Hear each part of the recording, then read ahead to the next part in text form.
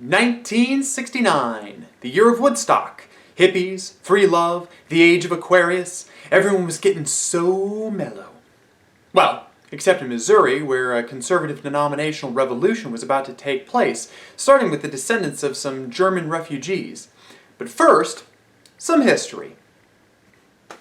So we all remember that Luther guy. He was protesting the Catholic teachings, and all that protesting led to a Protestant Reformation. And then Luther made his own church, which they called the Lutheran Church. And it takes off in Germany, in Scandinavia, all across Europe, and eventually America. You fast forward a couple hundred years, and you have a couple of Saxons show up and settle in Missouri. They found Concordia Seminary, named after the Book of Concord, which defined their doctrine, in which they could train their ministers, and they made their own denomination, the German Evangelical Lutheran Synod of Missouri, Ohio, and other states, both led by Pastor Karl Ferdinand Wilhelm Walter, who would shepherd the church for over 40 years. Like other Lutheran churches, the Missouri Synod played a vital role in their community, especially in the Midwest. Lutheran hospitals, Lutheran orphanages, and Lutheran charities were all quickly stood up, especially for the immigrant European populations. In order to keep up with the demand for ministers who required extensive theological training, as well as Greek, Hebrew, Latin, German, and English, the Missouri Synod had to bring over the gymnasium model from Germany.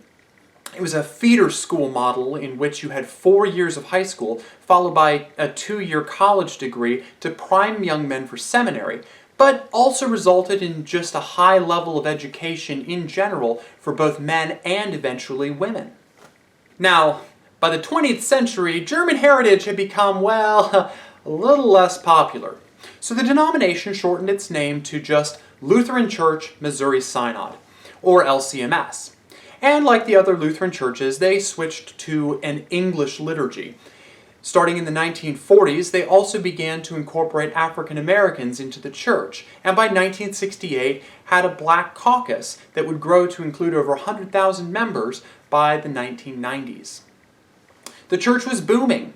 In 1940, they had about 1 million members. By 1965, they had over 2 million, though some heterodoxy was beginning to creep in, especially over the question of biblical inerrancy. Which brings us back to 1969. Nearly 2 decades before Charles Stanley and Al Mohler would clean up the Southern Baptist Convention, and before my own denomination, the Presbyterian Church in America, would break off from the more liberal PCUS, the LCMS was starting this conservative revolution when they elected Jacob Preus II. Those German names. As the Synod's president.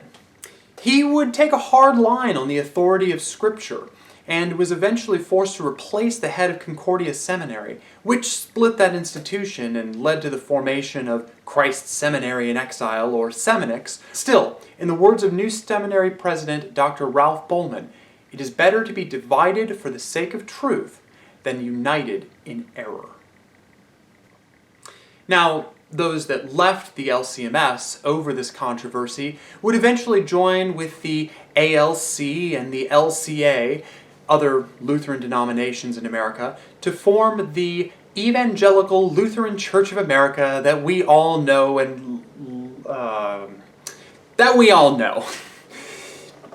But despite that initial loss of membership, the LCMS is still about 2 million members strong, and Concordia Seminary has moved to Fort Wayne, Indiana, where it continues to train faithful ministers for the gospel. And Luther's vision for the church continues today in the Missouri Synod.